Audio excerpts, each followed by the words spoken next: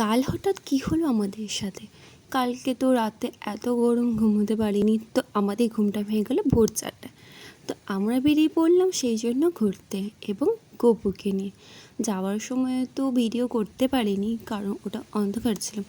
আসার সময় দেখো আমরা ওই পথে এসেছি, আমরা চা খেতে গেছিলাম বহু দূরে, 30 কিলোমিটার দূরে। তো ওর সময় দেখো এটা স্কুল একটা, ওটা বাল্যকবার বলে জায়গাটা। ওটা হচ্ছে তোমার দীঘা থেকে পিছনের দিকে। এটা হচ্ছে মায়ের মন্দির, ঠিক আছে, একটা বড় মায়ের মন্দির ওটা।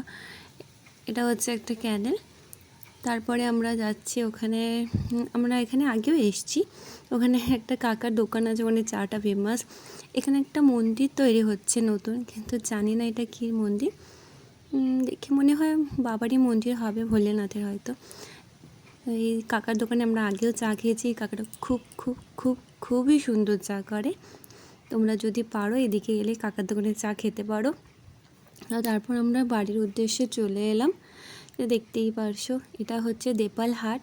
এখানে হাট বসে, ওটা বুধবার মনে হয় বসে। তারপর আমরা বাড়ির আসে চলবে। এটা হচ্ছে মঠের জায়গা, ওখানেও মঠে হাটটা বসে।